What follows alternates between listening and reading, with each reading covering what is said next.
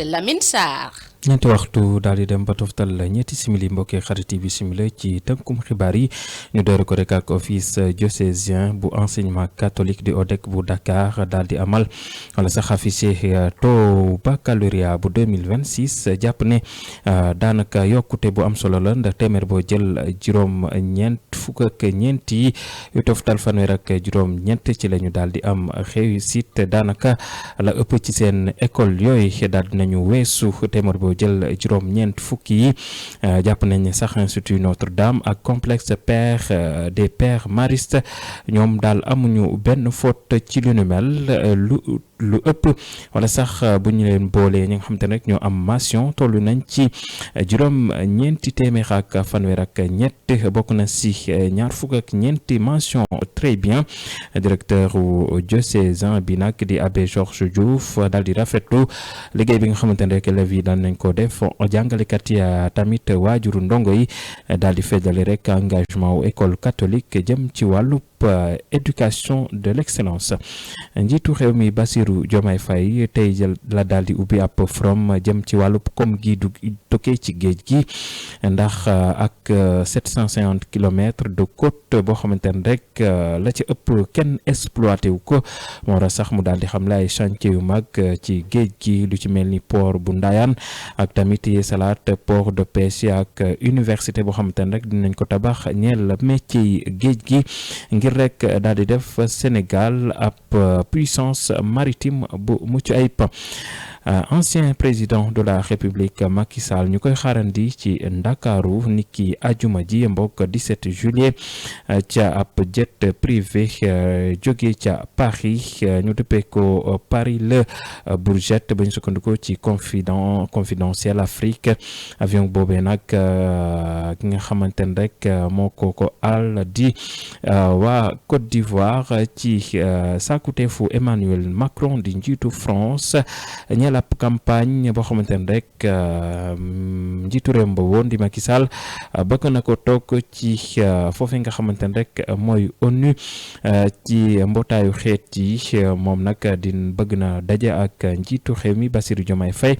ngir Sénégal daal di ko jàppal tànk ci ndomal tànk boobee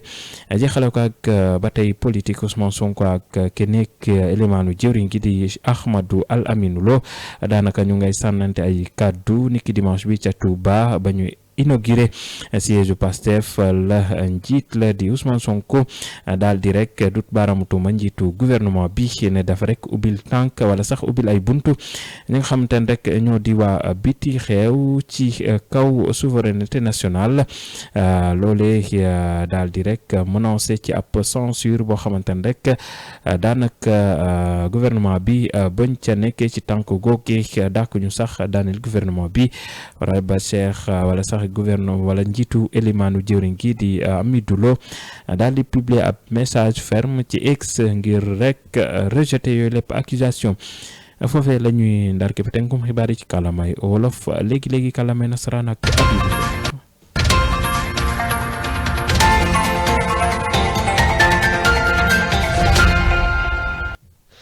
Merci Lamine Sarr, fidèles auditeurs de la radio Joko FM 87.7. Nous sommes le lundi 13 juillet 2026. Bienvenue dans ces brèves de 16 heures que nous démarrons avec l'office diocésain de l'enseignement catholique ODEC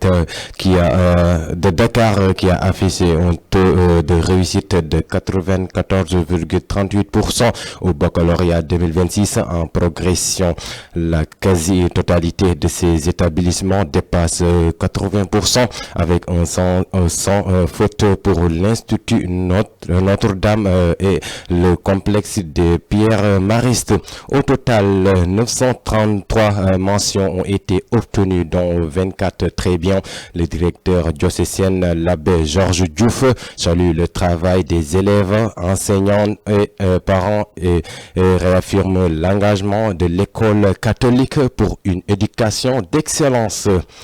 Toujours dans ce brève, le président Bassirou Diomaye Diakhar Faye a ouvert ce jeudi le forum sur l'économie bleue avec 750 km de côtes encore sous-exploitées. Il a dénoncé de grands sentiers pour la mer, le port d'Ndayane, la modernisation des ports de pêche et une université des métiers de la mer afin de faire du Sénégal une vraie puissance maritime. Et puis, l'ancien président de la République Macky Sall est attendu à Dakar le 17 juillet 2026 à bord d'un jet privé venant de Paris. Le Bourget, selon Confidentiel Afrique, l'avion aurait été prêté par la Côte d'Ivoire à la demande d'Emmanuel Macron pour sa campagne à la tête de l'ONU. Il doit rencontrer le président Bassirou Diomaye Diakhar Faye pour obtenir le soutien du Sénégal. Toujours en politique, Ousmane Sonko et le premier ministre Amadou Al-Amin Lo s'offrent publiquement ce dimanche à Touba lors de l'inauguration du 16 de Pastef. Monsieur Ousmane Sonko a accusé le chef du gouvernement de privilégier les investisseurs étrangers au détriment de la souveraineté nationale. Il a aussi menacé de motions de censure, notamment sur la gestion des hydrocarbures. En réponse, M. Lo a publié un message ferme sur X pour rejeter les accusations.